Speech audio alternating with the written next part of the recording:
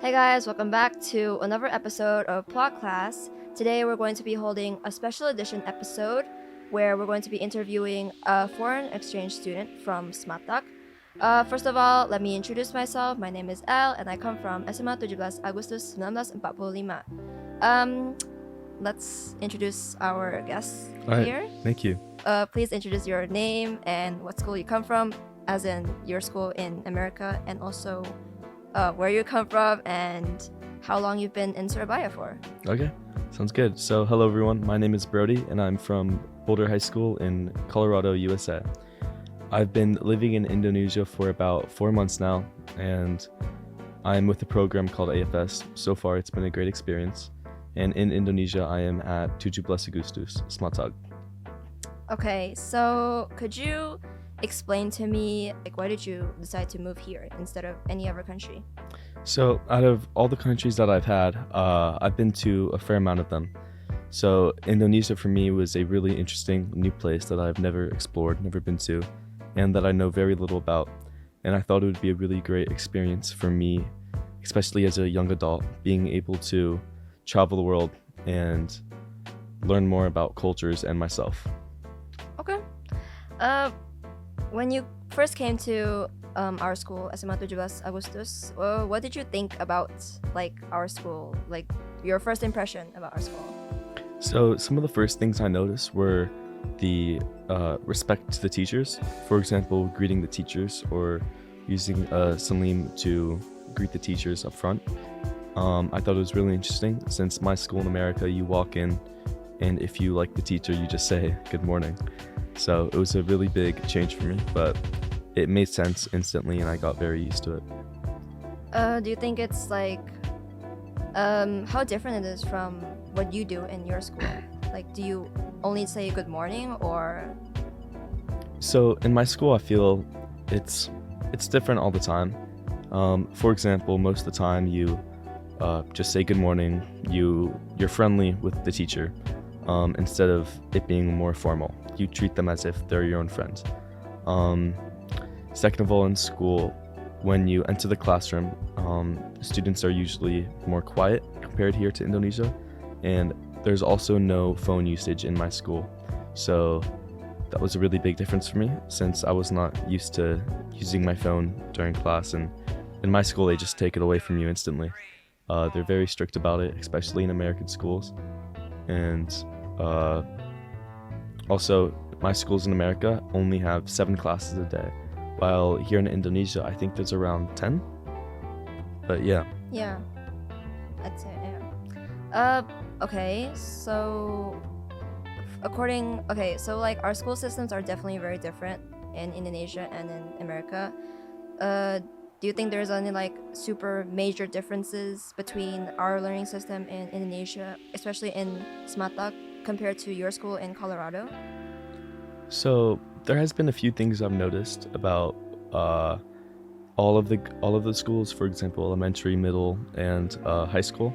Mm-hmm. But for high school, I've noticed that for Indonesia, there's only 3 years of high school, and after the second year, or during the second year, you have an option to choose social or science. Yeah.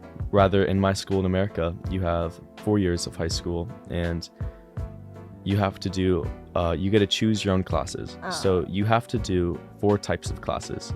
You could choose what level you want them to be. And then you have around 2 or 3, up to you. You have 2 or 3 classes to choose what you want to do. For example, say you want to be a doctor or do physics when you're older. You could study anatomy, chemistry, physics, all in the same year if you'd like. And then you could do completely other electives next year. I think in my school, we have around 80 classes, 80 extra subjects you can choose. Wow, that's a lot. That includes history, sports, culinary, arts, all of the above. A lot of literature too. Do you have any main classes, classes that are a must to participate in? Yes. So in my high school, you have to take 4 years of language arts, which is literature. You have to take at least 3 years of math, but most people take 4 like me. You have to take 4 years of history, you have to take 2 years of physical exercise, and then you have to take at least 2 years of science. But most people do 4 since it looks better for the college resume. Those are the musts, but once you do enough of it, you could choose whatever you want. Like, for example, I did 1 science class my freshman year, which is 9th grade, and then I did 3 in 1 year for my sophomore, which is 10th grade. And then for the rest of my high school, I was able to choose whatever classes I wanted to for science or for extra. I see.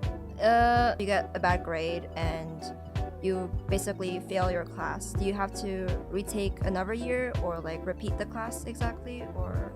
So would you be talking about like failing your grade completely, like at the end of the year?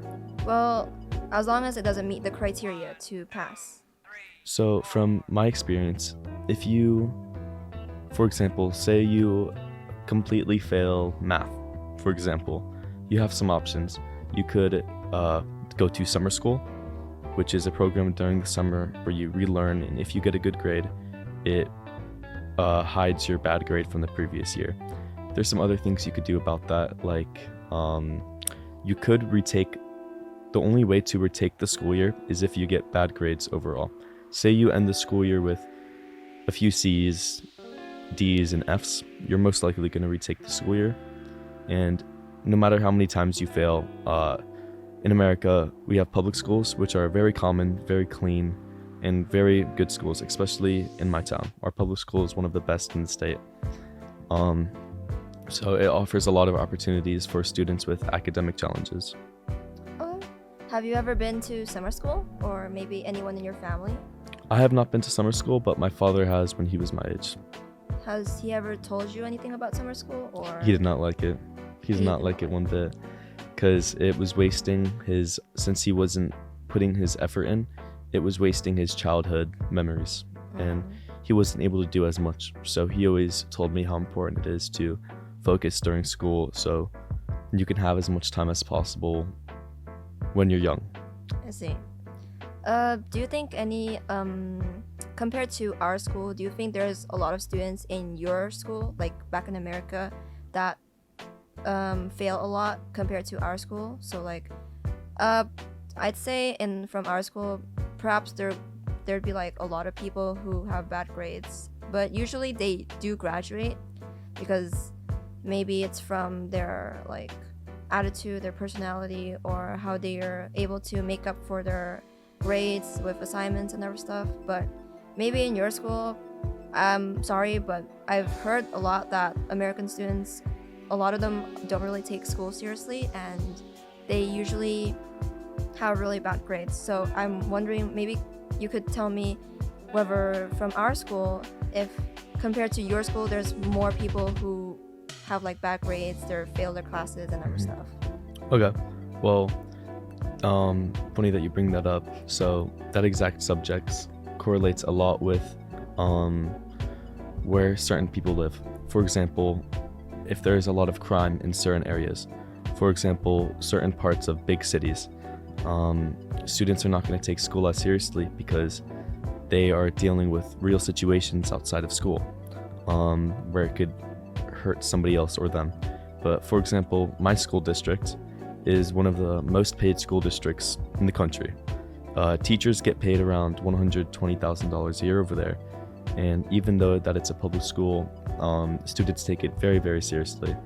In every school there's going to be students who fail, but in my school I noticed we have a lot of students who take it very seriously, and of course a kid's going to get a bad grade every now and then, completely normal, but it's not as common for them to drop out. And if they are dropping out, it's real issues outside of school. But to answer your question, I think that's not as true because from my experiences, kids take it very seriously because it could affect their future if they care about what they're doing in their life.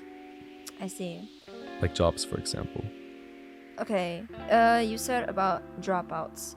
In Indonesia, there's this, we have SMA and SMK, where in SMA you are able to take, you're able to focus more on your studies, like theory basically, like lessons.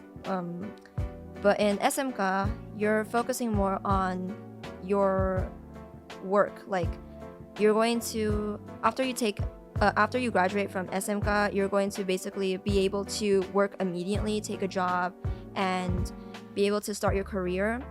Do you think there's anything like similar back in America, or like what are your opinions on SMK? Have you ever thought about going to SMK? Or So correct me if I'm wrong, but SMK is a university, right? no, it's not. College. It's a different type of high school. So in SMA, most people go to SMA more because they say most people think that when you take SMA, you're able to go to college, but when you take SMK, you're not able to go to college, even though that's not true. It's just that in SMK, you focus more on practical stuff, how you cook, example, you want to be a cook. You focus more on how to cook instead of how to study cooking. You know what I mean? So we have schools similar like that in America, and it's not all private schools, but most or a good amount of private schools are what you're talking about. For example, we have this private school in